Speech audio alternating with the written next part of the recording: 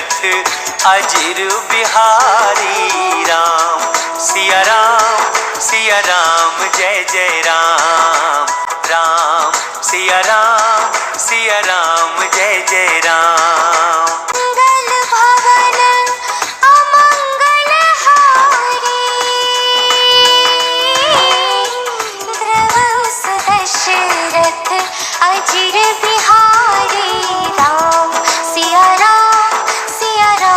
जय जय राम। राम सिया राम जय जय राम।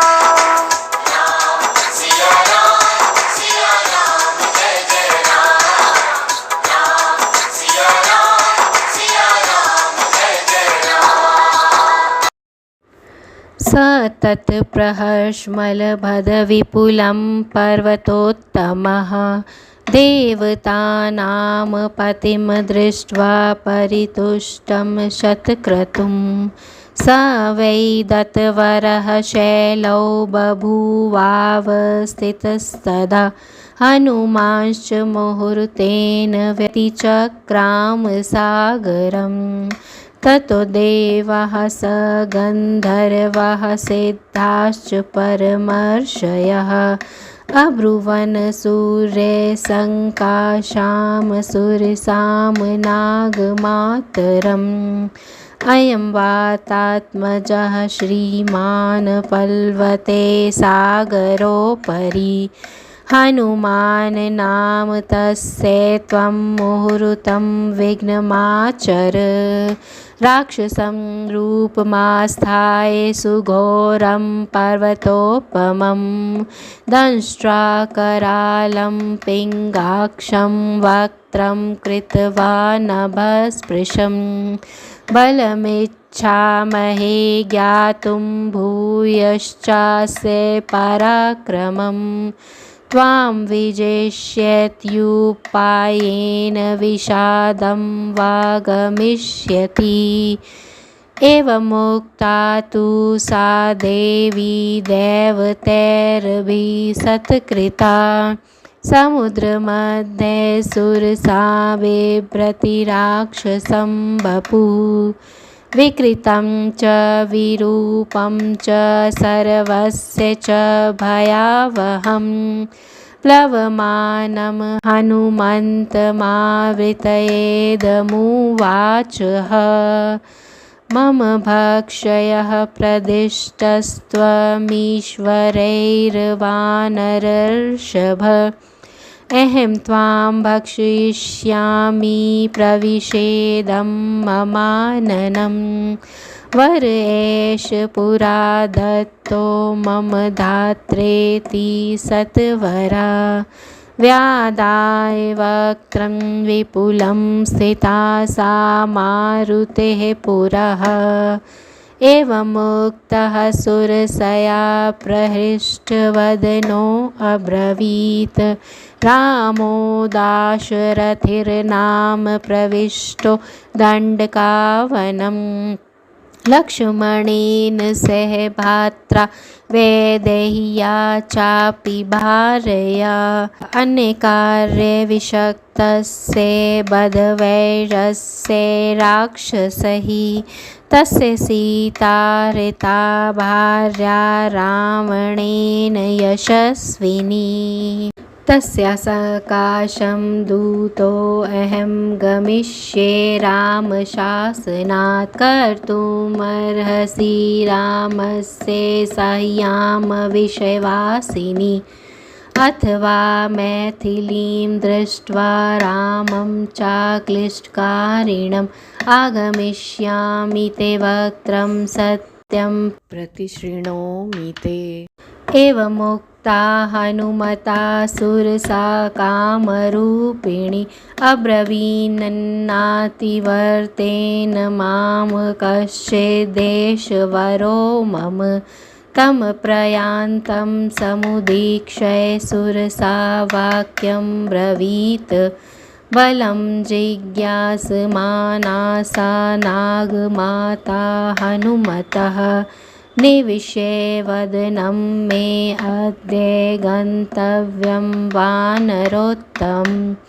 वर एष पुरा दत्तो मम धात्रेति सत्वरा व्यादाय विपुलं वक्त्रं स्थिता सा मारुतेः पुरः एवमुक्तः सुरसया क्रुद्धो वानरपुङ्गवः अब्रवीत् कुरु वै वक्त्रं येन मां विषहिष्यसि इत्युक्त्वा सुरसां क्रुद्धो दशयोजनमायितां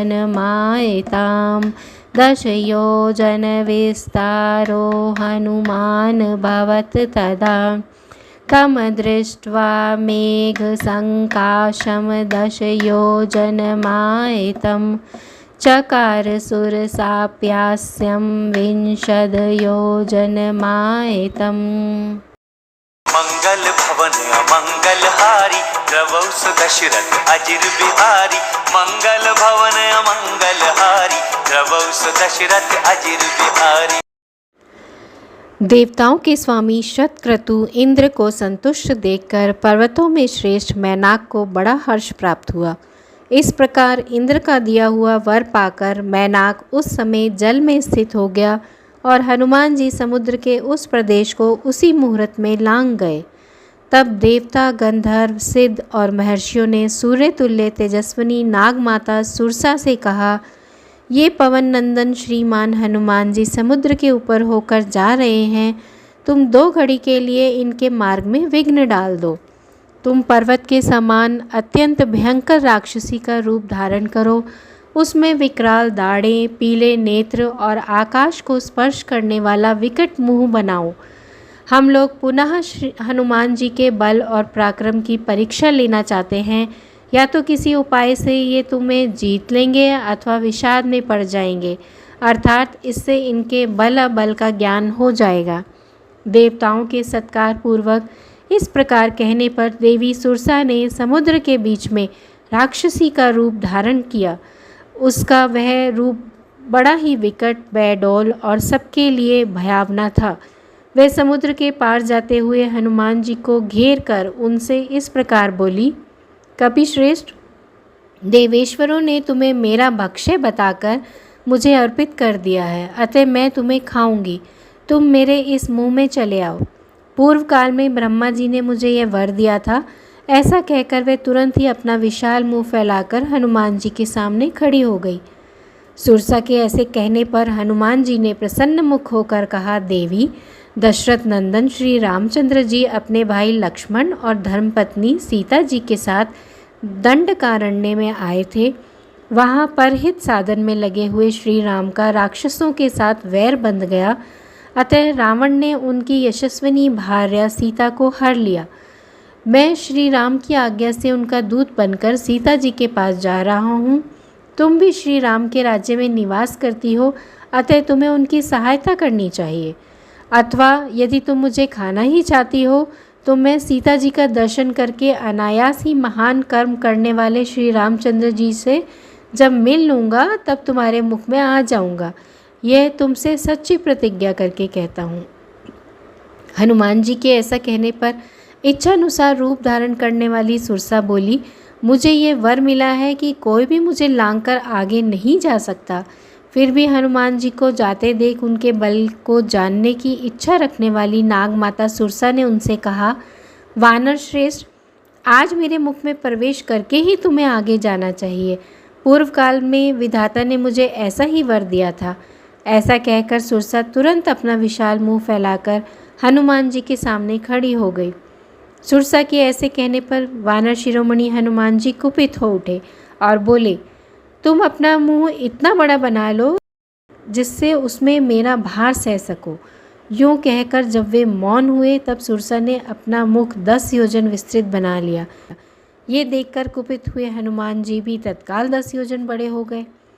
उन्हें मेघ के समान 10 योजन विस्तृत शरीर से युक्त हुआ देख सुरसा ने भी अपने मुख को 20 योजन बड़ा बना लिया। मंगल भवन अमंगलहारी द्रवौ दशरथ अजिर बिहारी मंगल भवन अमंगलहारी द्रवौ दशरथ अजिर बिहारी मंगल भवन अमंगलहारी द्रवौ दशरथ